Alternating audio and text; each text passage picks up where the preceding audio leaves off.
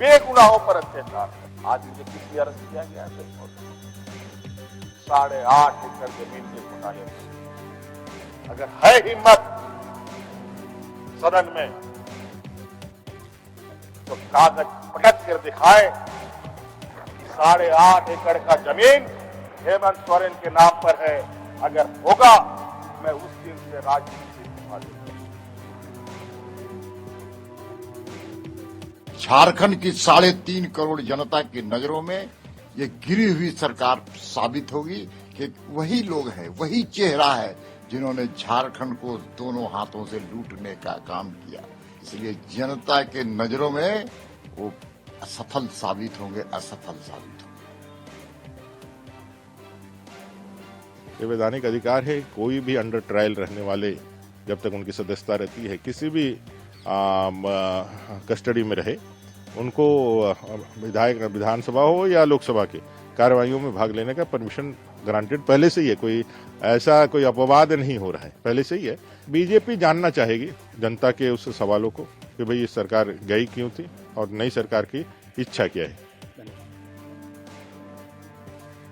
विधायकों ने विश्वास मत का समर्थन किया है। ऑपरेशन कीचड़ विफल हुआ है। बीजेपी के प्रयास पहले हेमंत सोरेन जी को गिरफ्तार करना, बाद में चंपाई सोरेन को शपथ ग्रहण करने में 2 दिन की देरी।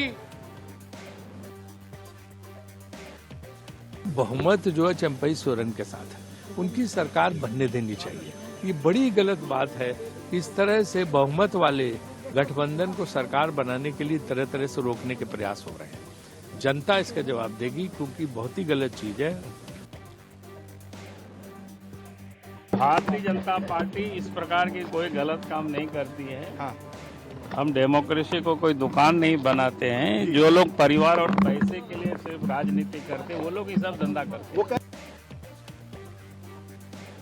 अब एक आंदोलन गुरुजी ने 72 से शुरू किया था, दूसरा आंदोलन हेमंत सोरेन जी के नेतृत्व में अब एक आंदोलन और होगा। अब हर झारखंडी जो झारखंड के आदिवासी मूलवासी है उनके मान सम्मान में ठेस पहुंचाया है और सब आक्रोशित हैं। अभी आगे अब क्या होगा ये कहना बहुत मुश्किल है। ये लोकतंत्र की जीत है और जिस तरह से सभी विधायक एकजुट रहे, ये माननीय हेमंत सोरेन जी की सूझबूझ से संभव हुआ।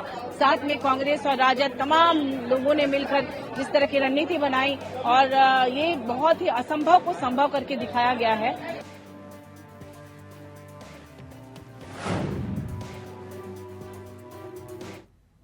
नमस्कार, इंडिया वॉइस पर स्वागत है आपका। मैं हूं आपके साथ प्रियंका मिश्रा। झारखंड में आज चंपाई सोरेन सरकार की बहुमत सिद्ध करने के साथ ही सबसे बड़ा दांव पूर्व मुख्यमंत्री हेमंत सोरेन ने खेला और विधानसभा सदन को अपना राजनीतिक मंच बना अपना आदिवासी कार्ड खेल गए, जिसके बाद केंद्र से लेकर राजभवन तक निशाना साधते नजर आए हैं और ये दावा भी कि अगर भ्रष्टाचार के आरोप सिद्ध हो गए तो राजनीतिक जीवन से संन्यास ले लेंगे। जिसके बाद नई सरकार से लेकर कांग्रेस और विपक्ष सभी के समीकरण धरे के धरे रह गए। अब देखना यह है कि हेमंत सोरेन के इस भाषण से झारखंड के सियासी समीकरण में क्या बदलाव आता है और जनता के बीच क्या मैसेज जाता है। तो आज हेमंत सोरेन और आदिवासी गणित पर हम करेंगे चर्चा, लेकिन इससे पहले पेश है एक रिपोर्ट। झारखंड है अध्यक्ष महोदय, ये देश का एक ऐसा राज्य है जहां हर कोने में आदिवासी, दलित, पिछड़े वर्गों से अनगिनत सिपाहियों ने अपनी कुर्बानी देकर यहां के आदिवासी दलितों की जान बचाई। देश आजादी के सपने भी ये लोग नहीं देखते थे अध्यक्ष महोदय, तब से झारखंड के आदिवासी अपनी हक अधिकार की लड़ाई लड़ रहे हैं। ये तो बहुत बाद में आए, लेकिन बौद्धिक संपन्नता, आर्थिक संपन्नता, आज तक इन लोगों ने देश का गांधी टोपी नहीं पहना। अध्यक्ष महोदय, ईडी, सीबीआई, इनकम टैक्स, जिनको देश के विशेष और काफी संवेदनशील व्यवस्थाएं कही जाती है, जहां करोड़ों रुपया 12 लाख 14 लाख करोड़ रुपया डकार कर इनके सहयोगी विदेश में जाके बैठे हैं, उनका एक बाल बाका करने का औकात इनके पास नहीं है। इनके पास औकात है देश के आदिवासी, दलित, पिछड़े के ऊपर और बेगुनाह लोगों पर, और उसमें भी गुनाह किया हो तब की बात तो अलग है, बेगुनाहों पर अत्याचार कर। आज मुझे किस लिए अरेस्ट किया गया अध्यक्ष महोदय? 8.5 एकड़ जमीन के घोटाले पर। अगर है हिम्मत सदन में तो कागज पटक कर दिखाए कि 8.5 एकड़ का जमीन हेमंत सोरेन के नाम पर है। अगर होगा मैं उस दिन से राजनीति से इस्तीफा दे दूंगा।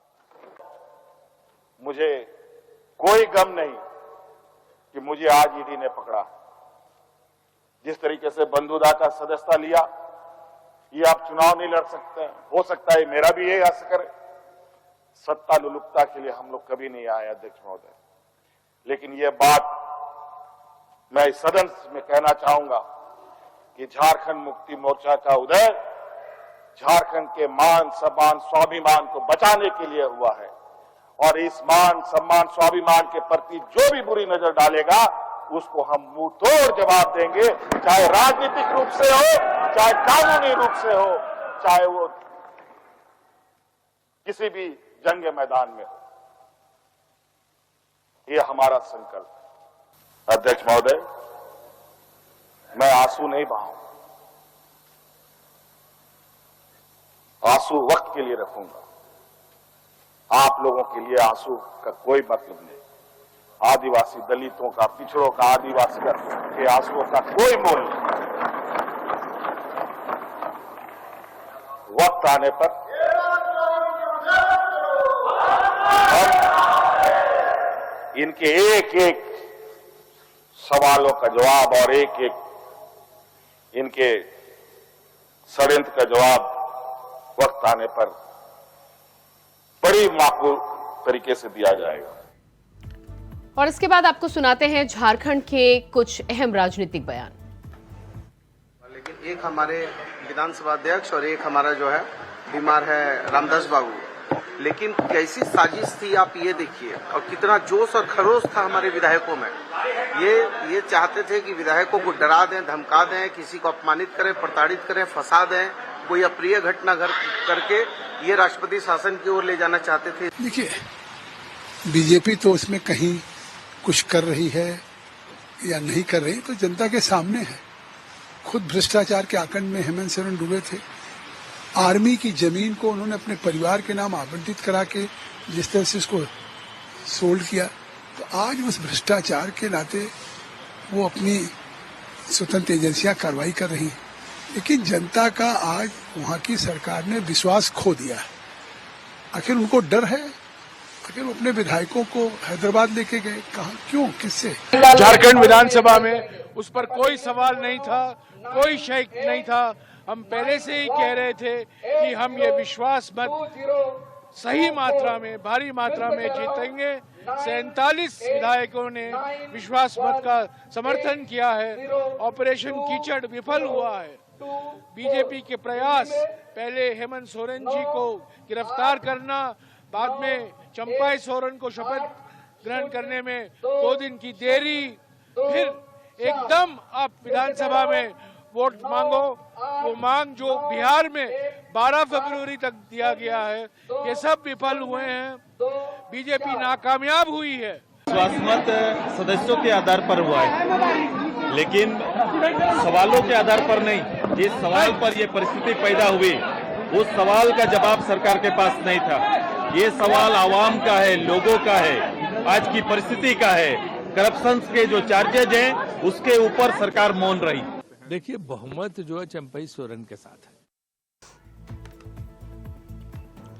तो आज झारखंड के राजनीतिक घटनाक्रम पर हम करेंगे बातचीत। हमारे साथ राफी अनास, प्रदेश प्रवक्ता बीजेपी से जुड़ चुकी हैं, स्वागत है आपका। लक्ष्मी नारायण तिवारी जी, नेता कांग्रेस से हमारे साथ हैं, आपका भी बहुत बहुत स्वागत है। और डॉक्टर इंदुकांत दीक्षित जी, वरिष्ठ पत्रकार, हमारे साथ जुड़ चुके हैं, आपका भी बहुत बहुत स्वागत है। लक्ष्मी नारायण जी, सबसे पहले आपके पास ही आऊंगी। जिस तरह से आज बहुमत सिद्ध किया है सरकार ने, 47 मत पक्ष में मिले हैं और चंपई सोरेन की सरकार अब सुरक्षित हो गई है पूरी तरह से।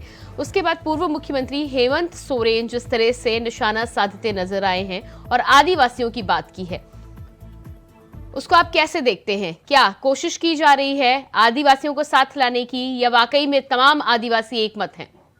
देखिए प्रियंका जी, जी, हमको उत्तर देने में शर्म महसूस हो रही है। जो सवाल खड़े किए हैं बीजेपी ने, उसका उत्तर देने में मुझे शर्म महसूस हो रही है। आपको मालूम हुआ है कि एक हफ्ता पहले नीतीश कुमार पाला बदले और चले आए बीजेपी में, इस्तीफा दिया और उसी दिन 4 बजे उनका वोट हो जाता है जी। कि क्या तमाशा है। हेमंत सोरेन इस्तीफा देते हैं, 47 विधायकों का समर्थन माननीय राज्यपाल महोदय को सौंपा जाता है और उसके शपथ ग्रहण में इस तरह का देवा चौकड़ी, इस तो मुझे शर्म आ रही है। बीजेपी वालों को क्या आ रही है मैं नहीं जानता, मुझे शर्म आ रही है कि कैसी राजनीति है, कैसा प्रजातंत्र है, राफी अनास जी, संविधान, कैसी संविधान की धज्जियां उड़ाई जा रही है। राफी अनास जी जवाब दीजिएगा। मैं कहना चाहूंगी जो कांग्रेस के नेता है उनसे कि आप मुझे ये बता दीजिए कि मतलब जिस तरीके से जेएमएम और झारखंड मुक्ति मोर्चा और सारी जो महागठबंधन की सरकार है, जिस तरीके से उन्होंने कार्य किया है जनता को लूटने का, तुष्टीकरण का, क्या वो सही कार्य किया है? क्या संविधान नहीं है इस देश में? क्या संविधान नहीं है इस देश में? सबसे सर्वोपरि संविधान है। नहीं, लेकिन राफी अनास जी वही सवाल तो एलन तिवारी जी पूछ रहे हैं कि जब बिहार में घटनाक्रम होता है और कुछ ही घंटों के बाद शपथ हो जाती है, तो फिर झारखंड में इतना समय क्यों लिया जाता है?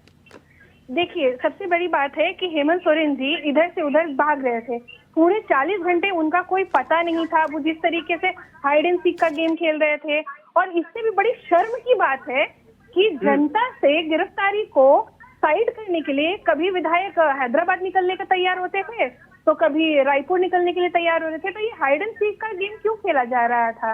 ये जनता को सिर्फ बेवकूफ बनाने के लिए खेला जा रहा था। और सबसे बड़ी बात मैं पूछना चाहूंगी लक्ष्मी नारायण जी से कि आपको तो बड़ा शर्म आ रहा है ना, आपको तब शर्म नहीं आता जब एसएससी सीजीएल के और गरीब मिडिल क्लास फैमिली के बच्चों के ऊपर एफआईआर दर्ज कर दिया जाता है, उनके ऊपर लाठीचार्ज कर दिया जाता है, तब आपको शर्म नहीं आता?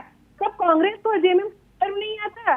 जब एक बच्चे के साथ, जब बच्चा पूरे साल तैयारी करता है परीक्षा लिखने जाता है, माँ बाप कितनी मुश्किल से पैसा जमा करके बच्चों को पढ़ाते हैं, लिखाते हैं, उनका भविष्य तैयार करते हैं। एग्जाम का पेपर लीक होने पे एक बार सीबीआई जांच के लिए भी आपको दर्द नहीं होता, तकलीफ नहीं होता दिल में? आपको तब तकलीफ नहीं होता? आप आदिवासियों की बात करते हैं, आदिम जनजाति के जो बच्चे निवारणपुर में रहते हैं, क्या आप एक बार भी उन बच्चों से पूछने गए हैं कि तुमने एक वक्त का खाना भी खाया है या नहीं? आपकी सरकार है ना, महागठबंधन में लक्ष्मी नारायण तिवारी जी जवाब दीजिएगा। पे बनाया हुआ गठबंधन की सरकार। आपके सौतेले व्यवहार के विरोध में मैं मुंह चुप रखूंगा। मेरा जवाब पूरा नहीं हुआ,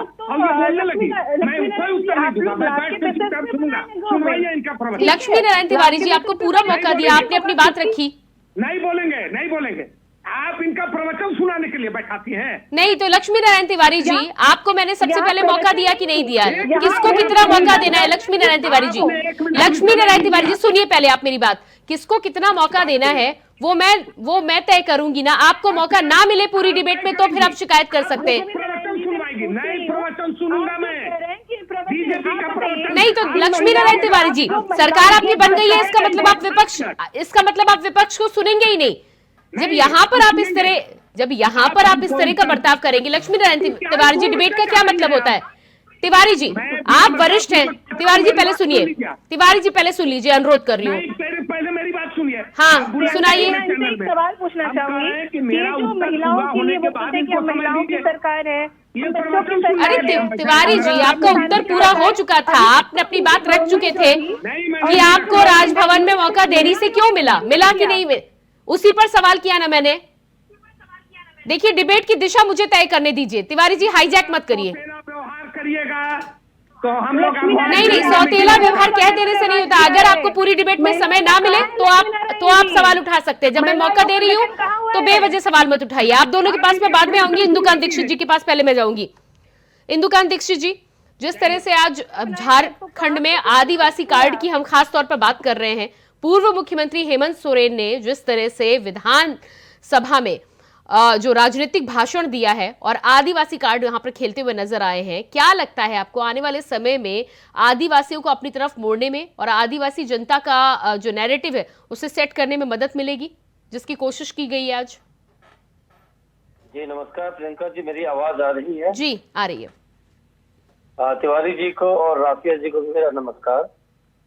देखिए, बड़ी बात दो तीन है। एक ये कि जिन परिस्थितियों में भ्रष्टाचार के आरोप में हेमंत सोरेन को इस्तीफा देना पड़ा और उनकी गिरफ्तारी हुई, उसके बावजूद सरकार का एक भी विधायक टस से मस नहीं हुआ और जितने लोगों के समर्थन से उन्होंने सरकार बनाई थी उतना ही समर्थन आज फिर हासिल कर लिया। ये बात ये साबित करता है कि जो राजनीतिक जमीन है उसको झारखंड मुक्ति मोर्चा, कांग्रेस और आरजेडी ने बरकरार रखा है। अर्थात जो एक सरकार गिरने की स्थिति होती है, सरकार का मुख्यमंत्री जब भ्रष्टाचार के आरोप में गिरफ्तार होता है, वो भी सेंट्रल एजेंसी के द्वारा, सीबीआई, ईडी, आईटी के द्वारा, तो आमतौर पे सरकार के जो सदस्य होते हैं, जो विधायक होते हैं, मंत्री होते हैं, उनमें भगदड़ की, घबराहट की स्थिति होती है।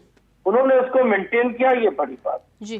राज्यपाल पे जो एक आरोप की बात है, जो तिवारी साहब अभी लगाने का प्रयास कर रहे थे, तिवारी साहब भी लगा रहे थे और पूर्व मुख्यमंत्री ने भी राजभवन में इशारा किया है सोर जी। देखिए, मैं ये कहना चाहता हूँ कि राज्यपाल एक संवैधानिक पद है और वहां बैठे हुए व्यक्ति जब तक वो बेईमानी के कोई उस पर आरोप लगे न, या बिल्कुल साफ मंशा न दिखाई दे कि ये बेईमानी जानबूझ के की जा रही है। जैसे आपको याद होगा कांग्रेस के जमाने में जगदम्बिका पाल जी का, जिनका भी आप बयान सुना रही थी, उनको एक दिन का मुख्यमंत्री बना दिया था रमेश भंडारी ने जी।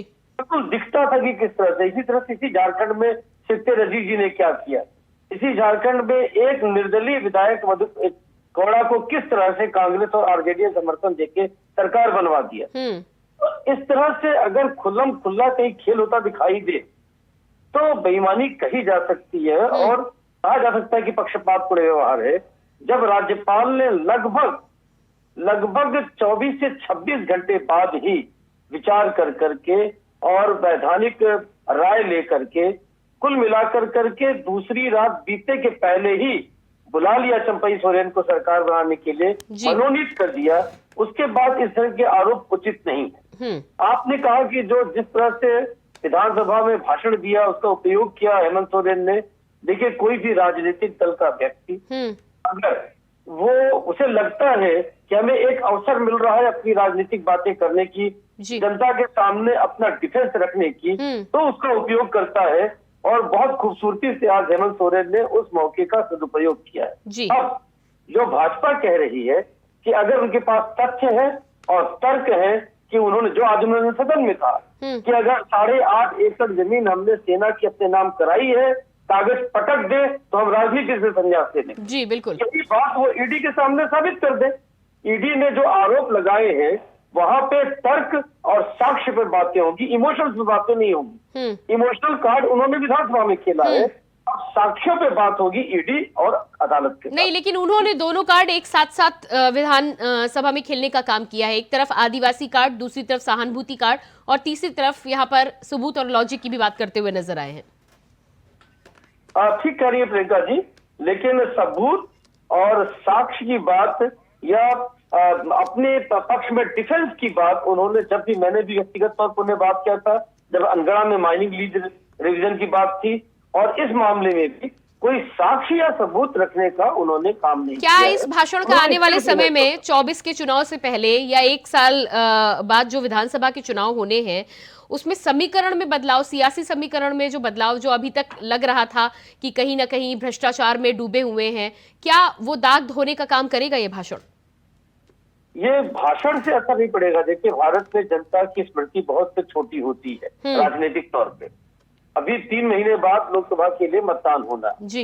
इस बीच में अगर ईडी ये साबित कर पाती है, साक्ष्यों को सामने ला पाती है कि जो मुख्यमंत्री का आज का बयान है वो इमोशनल कार्ड के खिलाफ अगर साक्ष्य आ जाते हैं पब्लिक डोमेन में, तो ये भाषण किसी काम नहीं आएगा। लक्ष्मी नारायण तिवारी जी, अगर कोई साक्ष्य सामने नहीं आता है तो निश्चित तौर पर इसका फायदा मिलेगा। आज के पूर्व मुख्यमंत्री के भाषण पर अपनी बात रखिए आप।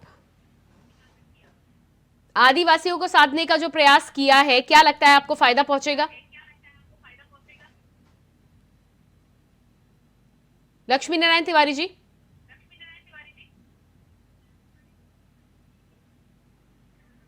आपका फोन म्यूट है। लक्ष्मी नारायण तिवारी जी, अनम्यूट कीजिएगा।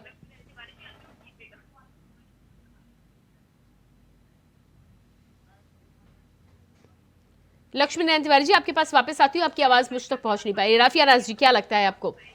मुख्यमंत्री हेमंत सोरेन ने जिस तरह से राजभवन से लेकर केंद्र सरकार पर आरोप लगाए हैं और आदिवासी कार्ड की यहाँ पर जो बात की जा रही है, 26% आबादी झारखंड में है, बड़ा हिस्सा आदिवासी बाहुल्य क्षेत्रों का 28 सीटें आती हैं, तो सीधा सीधा यहाँ पर कोशिश जरूर की गई है और आदिवासी ही जेएमएम की सबसे बड़ी मजबूती है। देखिए, हेमंत सोरेन जी आदिवासी मंत्री हो सकते हैं, पर आदिवासियों के मुख्यमंत्री मेरे हिसाब से नहीं हो सकते। उसका सबसे बड़ा रीजन ये है कि उनका अगर कार्यकाल देखा जाए तो उन्होंने कुछ नहीं किया, ना शिक्षा के क्षेत्र में, ना रोजगार के क्षेत्र में, ना महिला के क्षेत्र में सशक्तिकरण के। सबसे बड़ा उदाहरण आप देखिए कि 4 साल करीबन वो मुख्यमंत्री रहे, ठीक है, पर इन 4 सालों में एक भी महिला आयोग का गठन नहीं हुआ। अगर वैकेंसीज निकली है तो एग्जामिनेशन कैंसिल हुआ है, अगर एग्जामिनेशन हुआ है तो उनको अपॉइंट नहीं किया है, सिर्फ फाइल फोल्डर में बंद करके उस वैकेंसीज को रख दिया गया है। ठीक है, शिक्षा की अगर बात करें तो वो अपने विधायकों को फॉर्च्यूनर बांटे हैं, पर उन्होंने एक सरकारी स्कूल के बच्चों को साइकिल तक नहीं बांटा।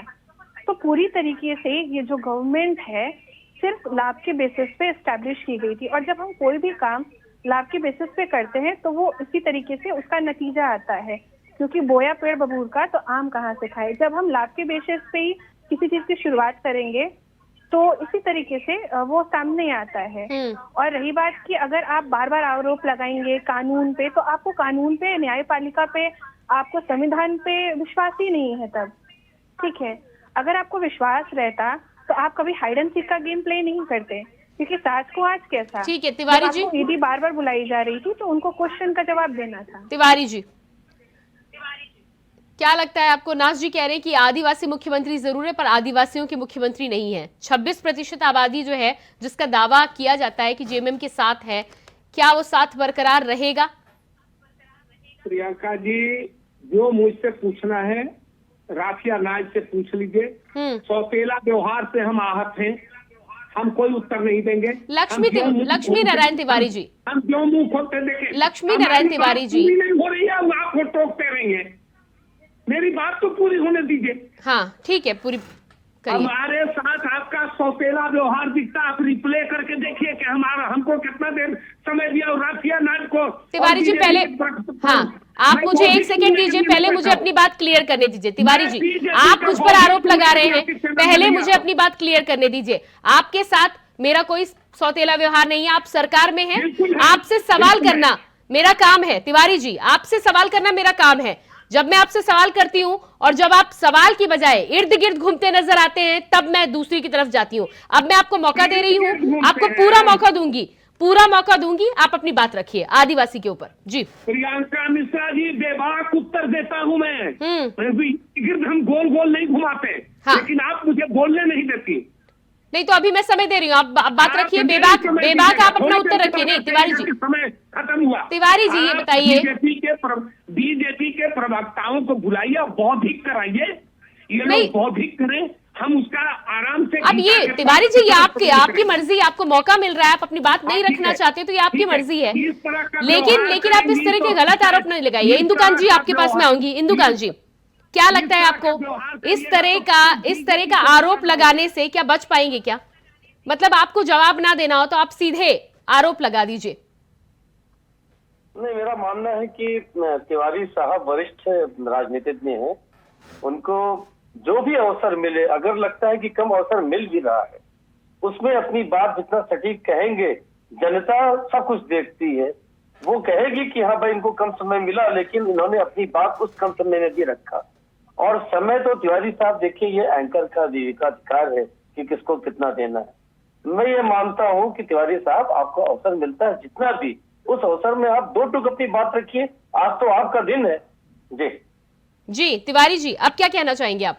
इंदुकांत जी, कुछ देर जब हम शुरू करते हैं तो कुछ ये टोकती है और कुछ इनसे टोकवाती है। मैं आपको पूरा 2 मिनट का समय दे रही हूँ तिवारी जी, पूरा 2 मिनट का समय आपके लिए, स्पेशल आपके लिए।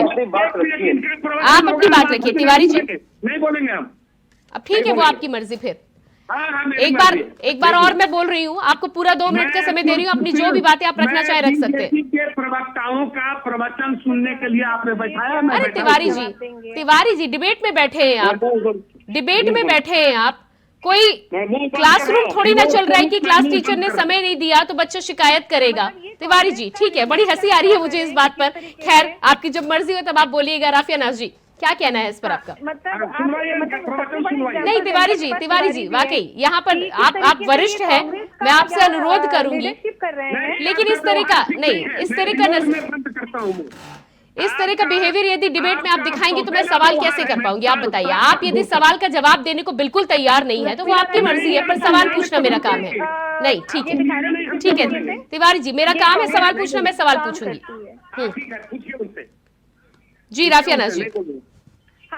सबसे बड़ा उदाहरण तो आपके मीडिया के माध्यम से मैं दिखाना चाहूंगी कांग्रेस के नेता लक्ष्मी नारायण जी का, कि जिस तरीके से ये कान में उंगली लगा रहे हैं, कभी मुंह बंद करते हैं, कभी फिंगर पॉइंट करते हैं, क्योंकि इनके पास जवाब ही नहीं है। नहीं हो सकता है आज बहुमत सिद्ध हुआ है, आज बहुमत आपका सिद्ध हुआ है तो आप कर सकते हैं, आप सरकार में हैं, आप चाहें तो कुछ दिन जवाब ना भी दें, लेकिन साल भर के बाद जनता को तो जवाब आप देंगे ही देंगे ना तिवारी जी। मैं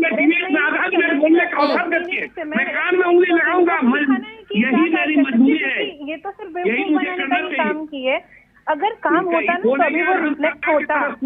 अभी आप रिफ्लेक्शन उसका देखते, कोई रिफ्लेक्शन नहीं है। लोग दर दर भटक रहे हैं जॉब वैकेंसी के लिए। हमारा झारखंड जो कोल कैपिटल ऑफ इंडिया है, ठीक है, उसको सिर्फ लूटने का काम किया जा रहा है। आप देखिए ना किस तरीके से झारखंड इतनी आसानी से नहीं मिला है, कितनी सारे लहू बहे हैं। चलिए ठीक है राफिया नाज जी, समय मेरे पास नहीं है, आपसे इजाजत चाहूंगी। राफिया नाज जी बहुत बहुत धन्यवाद। लक्ष्मी नारायण तिवारी जी आपका भी बहुत बहुत धन्यवाद। इंदुकांत जी आपका भी बहुत बहुत धन्यवाद। तो जिस तरह से झारखंड में आज बहुमत सिद्ध करने के बाद में पूर्व मुख्यमंत्री हेमंत सोरेन भी अपने भाषण के दौरान तमाम तरीके के आरोप केंद्र सरकार के साथ ही साथ राजभवन पर भी लगाते आए हैं और साथ ही साथ इस बात को लेकर दावा भी किया है कि यदि भ्रष्टाचार सिद्ध हो जाता है तो राजनीति से संन्यास ले लेंगे। खैर, आज जो तमाम बातें कही हैं उन घटनाक्रमों में आगे क्या कुछ बदलाव आता है ये आगे आने वाला समय ही बताएगा। फिलहाल हमारे इस खास कार्यक्रम में इतना ही। खबरों के लिए बने रहिए इंडिया वॉइस के साथ। मुझे दीजिए इजाजत। नमस्कार।